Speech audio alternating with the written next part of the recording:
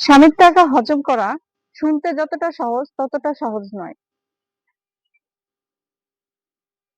নারীরা রান্নার কাজে ব্যস্ত, কাপড় ধুইতে ব্যস্ত, বাচ্চাদের যত্ন নেওয়াতে ব্যস্ত। ঘরের বধূ বেতন ছাড়া দিনরাত পরিশ্রম করে,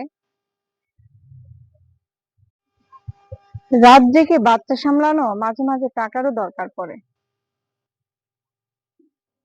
কথার ঝড়ে মনটা ভরে না, স্বামীর কাছে টাকা চাইলে স্বামীর ভুরুটা কুঁচকে তাকানোয়।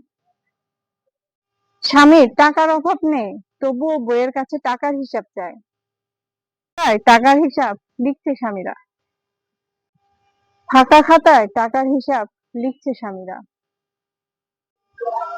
নারীর মূল্য দিতেই হবে, সুখের সংসার তার হাতে ধরে। মায়ের ভালোবাসায় বাচ্চা খুশি, তবেই তো ঘরে শান্তি। বেতন না দিলেও শ্রমের দাম চাই, নারীকে সম্মান দাও, জীবন সাজায়। স্বামী স্ত্রী একসাথে বসে সংসারের হিসাব করছে,